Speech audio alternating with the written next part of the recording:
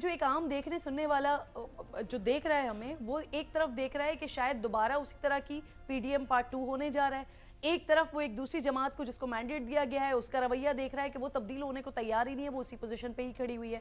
तो वो क्या क्या एक्सपेक्ट कर रहा है और हम क्या एक्सपेक्ट कर रहे हैं? देखिए, एक तो बात यह है कि अभी जो आपका सवाल था, अब साहब साहब से भी आपने एग्जैक्टली सवाल किया, आपने कहा कि क्या निज़ाम, यानी कि इस पर निज़ाम की हम बात करें तो हम कह रहे हैं क्या एस्टैब्लिशमेंट बात को, लड़ाई हमें पता है क्या है बेसिकली। इशू यहाँ पर यह है कि पाकिस्तान तहरीक इंसाफ के साथ जो भी कुछ हुआ या जो भी, हम मेरे ख्याल में सभी ये कहते रहे और अभी भी कहते हैं कि जी सानहा 9 मई जिन्होंने किया था कानून के मुताबिक उनको सजा दें।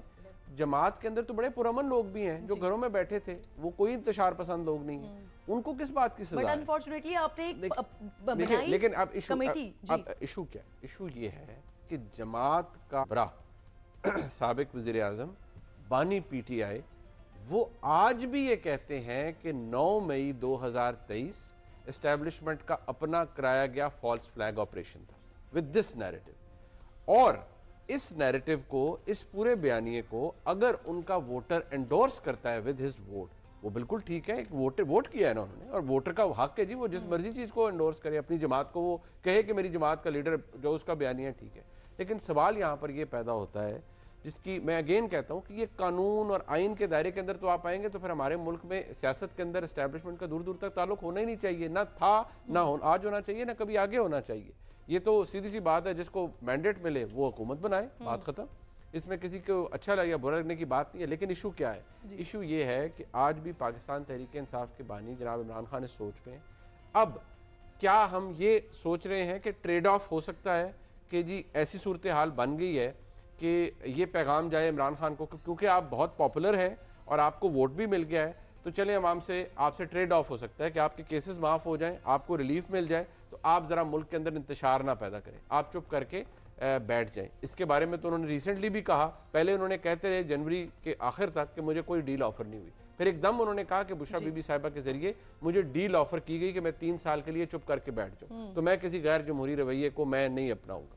अब इशू ये है, क्या इसमें Muslim League Noon, Peoples Party, let me tell you, they are irrelevant, उनका कुछ है ही नहीं, उनसे ना कोई बात। ये तो अगर तनाजा या लड़ाई है, ये तो PTI और एस्टैब्लिशमेंट के दरमियान है ना। जो 9 मई को हुआ वो मुस्लिम लीग नून पर अटैक नहीं था, वो पीपल्स पार्टी पे अटैक नहीं था, वो एस्टैब्लिशमेंट पर अटैक था, वो फौजी तंसीबात पर अटैक था। और जो ब्रॉडर कंसेंसस बनाया हुआ है रियासत ने, यानी मुक्तदरा ने, वो ये कि जी पूरी तहरीक इंसाफ को आप 9 मई के वाकयात से अलग नहीं कर सकते। यही बात जो हमारे तक आती है, क्यों साहब हम सब तक यही बात यही पहुंचती है। तो अगर ये चीज अपनी जगह सर मौजूद है, तो मुझे आप बताएं, क्या हम एक ट्रेड ऑफ की बात कर रहे हैं कि एस्टैब्लिशमेंट इस चीज से पीछे हट जाए कि नहीं जी बिल्कुल, क्योंकि आपको वोट पड़ गया है, अब आप बहुत पॉपुलर हैं, तो हम अपने इल्जामात वापस लेते हैं, आपके केसेस भी माफ हो जाएंगे, लेकिन इंतशार मुल्क में नहीं होना चाहिए। सो अगर if are be discussing some सारी चीज को खुद सवालिया निशान exactly, that's what I am saying. Imran Khan कहते हैं कि मेरे खिलाफ केसेस सारे बॉट्स्ड अप हैं, ऑन बॉट्स्ड अप प्रॉपर तरीके से हो, वो 9 मई को भी कहते हैं कि फॉल्स फ्लैग ऑपरेशन है, but what are we getting at? एक आपको ये एक तारीखी वाकया आपको सुनाता हूँ जो इस्टेब्लिशमेंट के लिए भी रेलेवेंट है और PTI के लिए भी रेलेवेंट है और शायद मुस्लिम लीग नून के लिए भी रेलेवेंट हो, कि नेपोलियन ने जब रशिया पे हमला किया तो उसने रशिया फतह कर लिया और 6 लाख फौज लेके गया और 6 लाख फौज में से सिर्फ 10,000 फौजी जिंदा बचे। मॉस्को फतह कर लिया, लेकिन मॉस्को से सारे रशियन निकल के बाहर चले गए। वो 6 हफ्ते बाद वहाँ से वापस बड़ी मुश्किल फ्रांस पहुँचा और फिर उसके बाद कुछ महीनों बाद वाटरलू हो गया, शिकस्त हो गई उसको। ये बेस्ट एग्जांपल है पेरिक विक्ट्री की, जिसमें आप बज़ाहिर तो जीत जाते हैं, लेकिन कॉस्ट इतनी दे जाते हैं आप जीतने के बाद कि आप अल्टीमेटली शिकस्त का शिकार हो जाते हैं। ये एस्टेब्लिशमेंट को भी देखना पड़ेगा। PTI भी PTI उस जगह पे जहाँ पे एस्टेब्लिशमेंट आज से शायद कुछ अर्सा पहले थी कि उन्होंने सोचा कि हमने ये इनको पकड़ लिया और हमने सबको हरा दिया। आप आज PTI भी ये ना समझे कि बहुत बड़ी विक्ट्री पे आ गई है। कंटिन्यू करें अगर इजाजत है। नासिर हुसैन शाह साहब हमें इजाजत मैं देना नहीं चाहता, आखिरी फिक्र सिर्फ कहूँगा। तो इसलिए ये PTI से मेरी गुजारिश है, एस्टेब्लिशमेंट से और नून लीग से भी कि पीछे हटें अपना अपना जो आईनी और कानूनी रोल है वो अदा करें और फिर इस मुल्क को आगे जाना। अस्सलाम वालेकुम नासिर हुसैन शाह साहब। सर सबसे पहले तो ये बताएं कि अभी तक जो नतीजा आ रहा है आपका, पाकिस्तान पीपल्स पार्टी मुतमईन है इससे? वालेकुम अस्सलाम जी। बिस्मिल्लाहिर्रहमानिर्रहीम, अल्लाहुम्मा सल्ली अला मोहम्मद व आले मोहम्मद।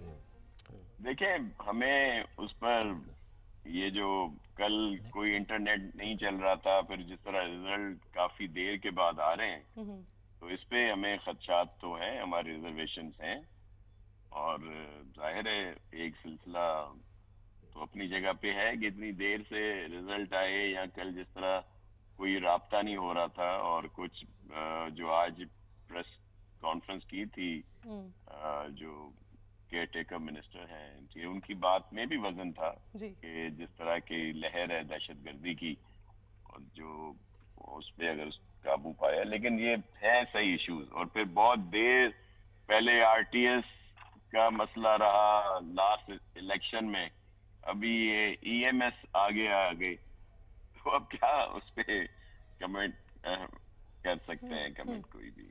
जी ठीक। अच्छा सर, ये जरदारी साहब और बिलावल साहब लाहौर का रुख कर लिया है उन्होंने, तो क्या सोच रही है आपकी पार्टी, क्या फॉर्मेशन बनाया हुआ है आप लोगों ने?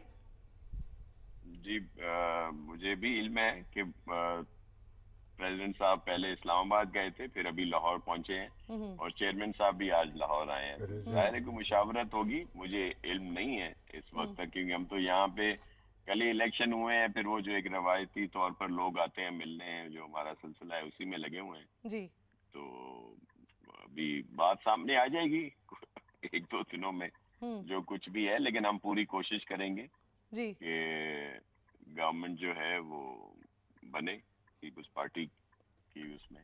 जी अच्छा नासिर साहब, सिंध में जो नंबर्स देख रहे हैं 81 नशिस्तें जो है वो आप लोगों ने 130 में से 81 नशिस्तें आप लोगों ने ली हैं, तो वहाँ पर क्या करेंगे? वहाँ पर पार्टीज के साथ मिलकर इत्तेहादी हुकूमत बनाएंगे सर, क्या करेंगे?